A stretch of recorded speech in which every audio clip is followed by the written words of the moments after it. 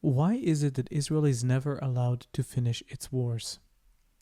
Nobody interferes with the United States when they fight Iraq and Afghanistan. Nobody interferes when the Iranians fight the Iraqis, or the opposite. Nobody interferes when Muslims fight one another, such as Syria or Sudan. So why is Israel so special? In today's video, pretty short one, we're going to be watching an interviewer trying to ask the question, what makes you think that this current war with Gaza is going to be different than the one before the ceasefire? Let's take a look. It has been proven that only military pressure brings a good deal. A year and a half of very intense war with a lot of civilian casualties in Gaza shows that it's not possible to militarily alone defeat Hamas. A year and a half. Of course, it's possible to militarily beat Hamas, and there's not a lot of civilian casualties. There's about half. About 18,000 are Hamas, 5,000 were added just out of the blue, who died from natural death, and the rest are civilians. Incredible ratio. Under the Biden administration that forced us to fight Hamas with one hand, but to feed them with the other. So I can tell you that now the war is going to be handled in a totally different way. With the Trump administration, with the backing of America, Trump himself said numerous times that all hell should break on Gaza if they're not bringing back all hostages. What does unleashing hell look like? I mean, you've already seen under, as you say, the Biden administration, daily death tolls of around 300-400 people a day. You will see exactly what it means.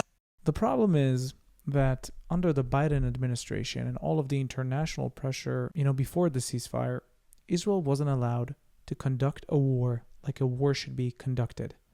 They were busy feeding Hamas and trying to kill it at the same time. In what world is this scenario acceptable? In what scenario does an army feed the enemy? None. It doesn't exist. Even if you try to send 10 million trucks of humanitarian aid, it's not going to go to the civilians. It's going to go to Hamas to strengthen them, to make sure that they have enough food and supplies for the rest of the fighting. It doesn't go to the civilians. So if you want to get rid of the problems in Gaza, you have to let Israel finish this war with Hamas and the Islamic Jihad, and quite frankly, whoever compromises the well-being of the civilians in Gaza and in Israel. If you stand in the way and you demand a ceasefire now, let's do a ceasefire, and Hamas remains in power, Israel has lost the war. And Hamas will know that no matter how many people they try to kill and how many people they try to eliminate in Israel, they know that the international community is going to be on their side and justify them and make sure that you know that this was not a terrorist attack. This was resistance. These people are resistance fighters. This video, as short as it is 100% correct. We can't let Hamas stay in power or in Gaza or dictate the rules of how we continue this war. Short video, but accurate.